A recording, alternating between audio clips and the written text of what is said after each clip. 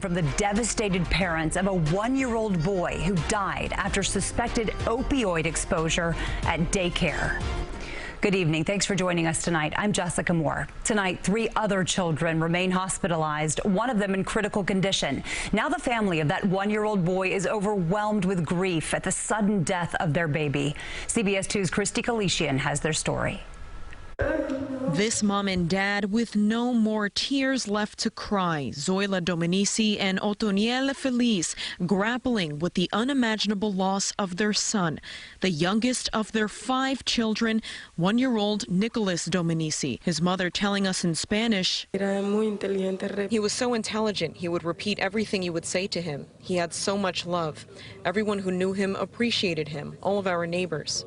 They live walking distance from Divino Niño, a home-based daycare center run by Kingsbridge Heights Community Center, where they took their son.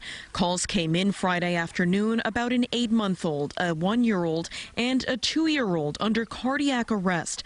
Officials saying they were found unresponsive, showing symptoms of opioid exposure.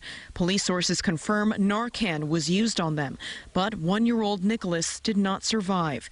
His father says to us in Spanish, "We spoke with the ones who were in charge. They recommended that place and apparently complied with all the rules. We were on a wait list for our son to qualify.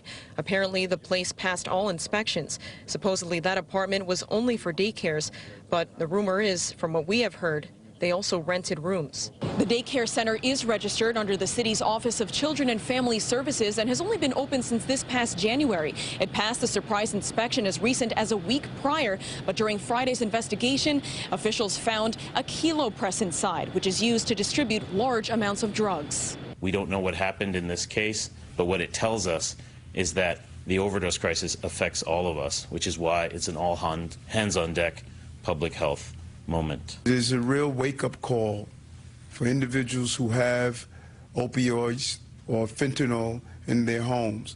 Authorities say hours before, a 2-year-old was pulled from the daycare after showing signs of opioid exposure. Narcan saved him. The 1-year-old's mom says her son had only been at the daycare for a week and was just getting used to it. She and her husband want to see more thorough inspections on daycare centers. His father telling us in Spanish, "The hardest thing for me is to come home and open that door and not see Nicholas saying, 'Dad, Dad.'